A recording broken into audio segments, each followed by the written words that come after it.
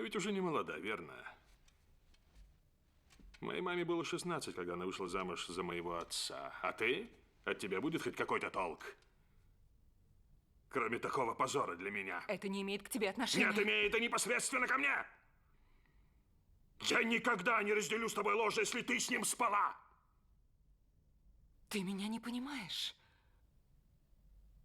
Я вообще не собираюсь делить с тобой ложе. И в Будапешт я с тобой не поеду. Я не хочу участвовать в твоих планах. И замуж за тебя я не выйду. Полагаю, ты была не настолько глупа, чтобы обо всем ему рассказать. Если из-за тебя мои планы сорвутся, ты мне больше будешь не нужна, понимаешь?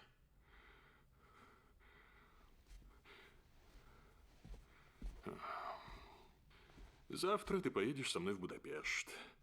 Я рекомендую тебе пораньше собрать вещи и приготовиться к отъезду. И больше не вздумай меня позорить. Прощай. Что значит прощай? А ну, вернись.